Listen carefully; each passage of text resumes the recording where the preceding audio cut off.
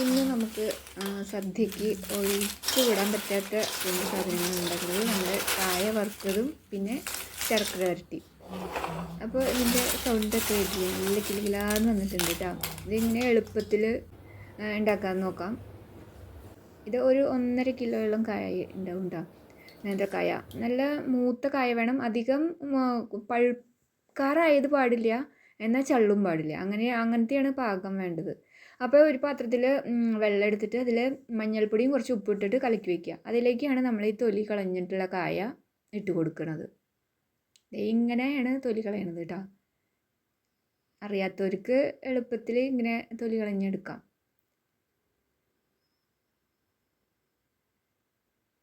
ഇങ്ങനെ കൂടുതൽ ആഴത്തിൽ ഇങ്ങനെ മുറിക്കാൻ പാടില്ല കേട്ടോ. അപ്പോൾ കായയിൽ അതിൻ്റെ പാട് വരും. അപ്പോൾ അതൊക്കെ ചെറുതായിട്ടൊന്ന് വരഞ്ഞു കൊടുത്താൽ മതി അതിന് തൊലി. കായയുടെ ഉള്ളിലേക്ക് ആവാൻ പാടില്ല തൊലി ഇങ്ങനെ ചെത്തുമ്പോൾ. ജസ്റ്റ് ആ തൊലിയുടെ കട്ടി, ആ കനത്തിൽ മാത്രം നമ്മളിങ്ങനെ വരഞ്ഞു കൊടുക്കാൻ പാടുള്ളൂ. കറയൊക്കെ ആവാണ്ടിരിക്കാൻ വേണ്ടി കയ്യിൽ കുറച്ച് എണ്ണയൊക്കെ പുരട്ടുക കേട്ടോ, കായ തൊലി കളയുമ്പോൾ. അപ്പോൾ കയ്യിൽ കറയൊന്നും ആവില്ല.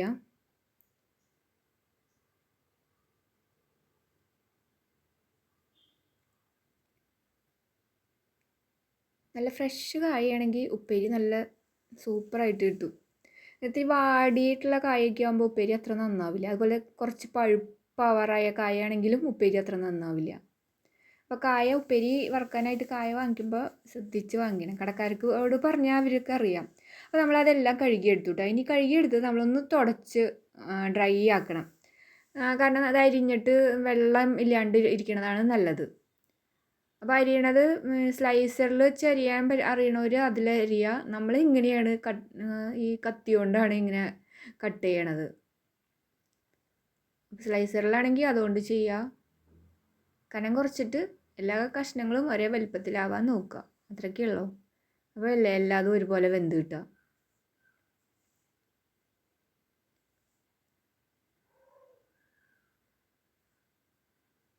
വെള്ളം തുടച്ച് കളയാൻ പ്രത്യേകം ശ്രദ്ധിക്കണം കേട്ടോ, അല്ലെങ്കിൽ ഇതിലാകെ ഇങ്ങനെ വെള്ളം കുഴഞ്ഞിരിക്കും. നമ്മൾ പിന്നെ എണ്ണയിലിടുമ്പോഴും അത് വെള്ളം പൊട്ടിത്തെറിക്കും.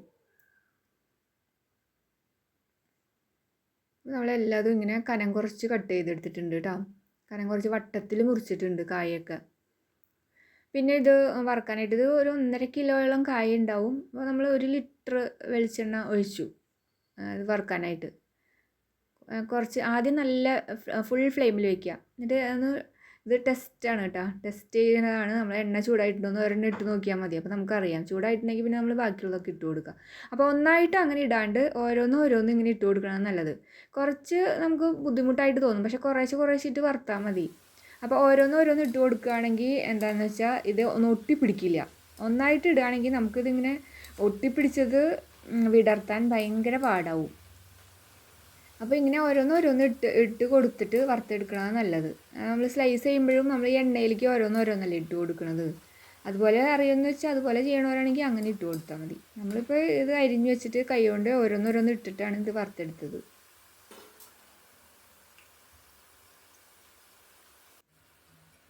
അപ്പം കുറച്ച് കഴിയുമ്പോൾ ഈ കായൊക്കെ ഇങ്ങനെ ഒരു സൗണ്ട് കിലുകിലും തന്നെ സൗണ്ട് വരും.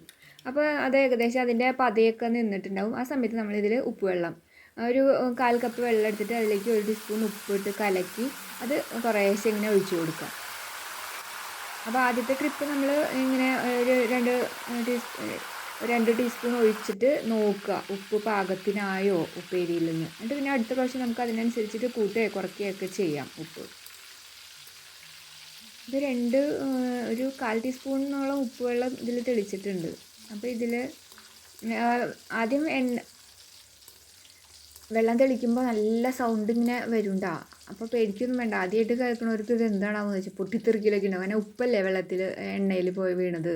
അപ്പോൾ ആകെ പൊട്ടിത്തെറിക്കലും ചീറ്റലൊക്കെ സൗണ്ട് കേൾക്കാം. അതൊന്നും പേടിക്കണ്ട. കുറച്ച് കഴിയുമ്പോൾ ആ വെള്ളമൊക്കെ വറ്റുമ്പോൾ സാധാ നോർമലാവും സൗണ്ട്. അപ്പോൾ നമ്മുടെ കായും റെഡിയായി. പിന്നെ അടുത്തത് നമ്മുടെ ശർക്കര വരട്ടിയാണ് കേട്ടോ. ശർക്കര വരട്ടി ഇതുപോലെ ഒന്ന് ഉണ്ടാക്കി നോക്കിക്കോളൂ കേട്ടോ. നല്ല സൂപ്പർ ശർക്കര വരട്ടിയാണ്. ഇതിനായിട്ട് ഇതുപോലെ തന്നെ കായ നമ്മൾ ആദ്യം ഉപ്പും മഞ്ഞൾപ്പൊടി ഇട്ട് വെള്ളത്തിൽ തൊലി കളഞ്ഞിട്ട് കഴുകി ഉണക്കി തുടച്ചിട്ട് എടുത്തിട്ട് ഇങ്ങനെ കട്ട് ചെയ്യുക.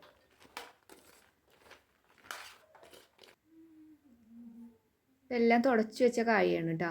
ഇനി കട്ട് ചെയ്യാനായിട്ട് നടുവിൽ ഇങ്ങനെ കീറുക, ഇങ്ങനെ മുറിക്കുക. മറ്റേതുപോലെ കനം കുറയ്ക്കണ്ടല്ലോ, ഇതിന് കനം ഇത്തിരി കൂടുതൽ വേണമല്ലോ. അപ്പോൾ നമ്മൾ നടുവിൽ ഇങ്ങനെ കട്ട് ചെയ്തെടുക്കുക. എന്നിട്ട് എല്ലാതും കുറച്ച് കനത്തിൽ, എല്ലാം ഒരേ വലിപ്പമുള്ള കഷ്ണങ്ങളാക്കാൻ ശ്രദ്ധിക്കുക. അപ്പോൾ എല്ലാതും ഒരേപോലെ വെന്ത് കിട്ടും. ഇപ്പോൾ കണ്ടില്ല, ഇപ്പോൾ നമ്മൾ ഇത്ര വലിപ്പമുള്ള കഷ്ണങ്ങളാണ് ആക്കിയിരിക്കുന്നത്. അത്രയ്ക്കുള്ളൂ ഇതിൻ്റെ കട്ട് ചെയ്യണത്. മറ്റേതുപോലെ കനം കുറച്ചിട്ട് കട്ട് ചെയ്യേണ്ട ആവശ്യമില്ല. അപ്പോൾ നമ്മുടെ കായൊക്കെ ഇതും 1.5 കിലോ കായ ഉണ്ടായിരുന്നു കേട്ടോ. അതൊക്കെ നമ്മൾ അരിഞ്ഞെടുത്തിട്ടുണ്ട്. ഇനി ഇതും അതുപോലെ തന്നെ ഒരു ചട്ടി വെച്ചിട്ട് അതിലേക്ക് 1 ലിറ്റർ തന്നെ വെളിച്ചെണ്ണ ഒഴിച്ചു. അത് നന്നായിട്ട് ചൂടാവണം. വെളിച്ചെണ്ണ നന്നായിട്ട് തിളയ്ക്കുമ്പോൾ ഒരെണ്ണം ഇട്ട് നോക്കുക. അപ്പോൾ അതേ നല്ല പത വരുന്നുണ്ട്. അപ്പോൾ നമ്മളെല്ലാതും കൂടെ ഇട്ട് കൊടുക്കുക. കൈ കൊണ്ട് ഇടുമ്പോൾ സൂക്ഷിക്കണം. ഇപ്പോൾ ഒരു സ്പൂൺ കൊണ്ട്, വലിയൊരു സ്പൂൺ കൊണ്ട് എടുത്ത് ഇട്ടാലും കുഴപ്പമില്ല. അങ്ങനെ എല്ലാം കൂടെ, ഇതങ്ങനെ മറ്റേതുപോലെ കുറേശ്ശെ ഒന്നും ഇടണ്ട. ഇതെല്ലാം കൂടെ നമുക്ക് ഇട്ട് കൊടുക്കാം. അത് കട്ടിയുള്ള കാരണം ഒട്ടിപ്പിടിക്കുക ഒന്നും ചെയ്യില്ല. മറ്റേ പെരി വറക്കണ പോലെ അത്ര ശ്രദ്ധിച്ചൊന്നും ചെയ്യണ്ട. എല്ലാം കൂടി ഇട്ട് ഇങ്ങനെ ഇളക്കിയാലും ഇതിനൊന്നും പറ്റില്ല, കട്ടിയുള്ള കാരണം. അപ്പോൾ ആദ്യം ഒരു 2-3 മിനിറ്റ് നല്ല ഫുൾ ഫ്ലെയിമിൽ തന്നെ ഇത് കിടന്നോട്ടെ.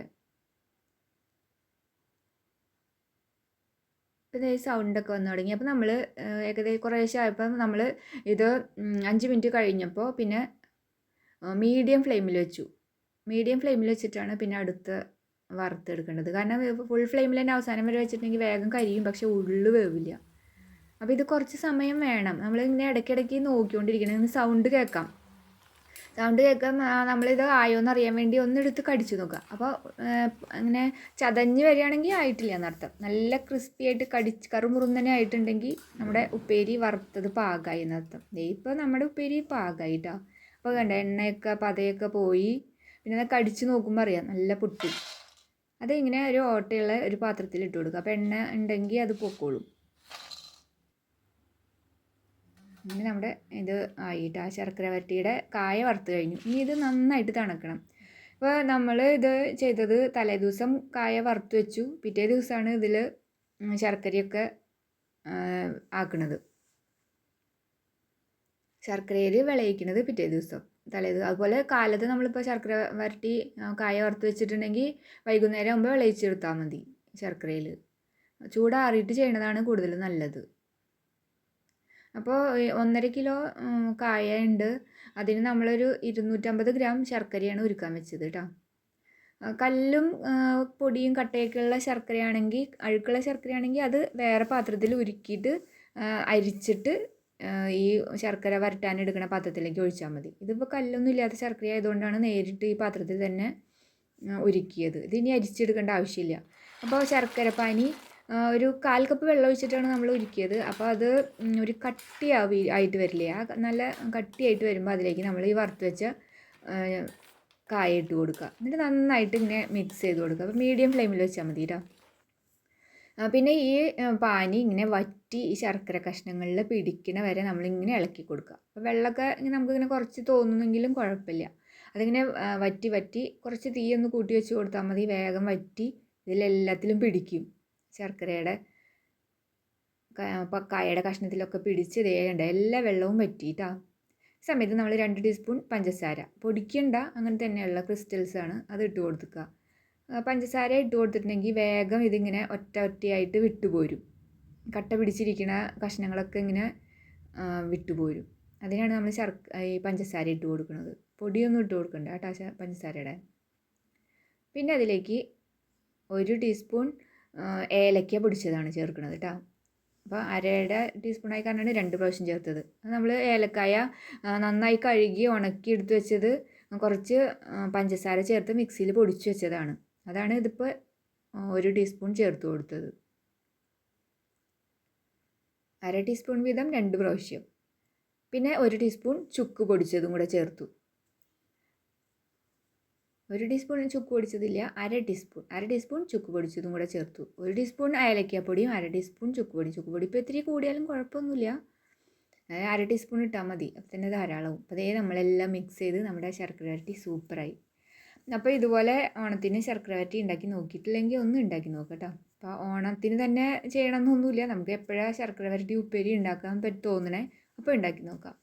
അപ്പോൾ എല്ലാവർക്കും ഓണം നല്ല സന്തോഷമുള്ളതാവട്ടെ. ബൈ.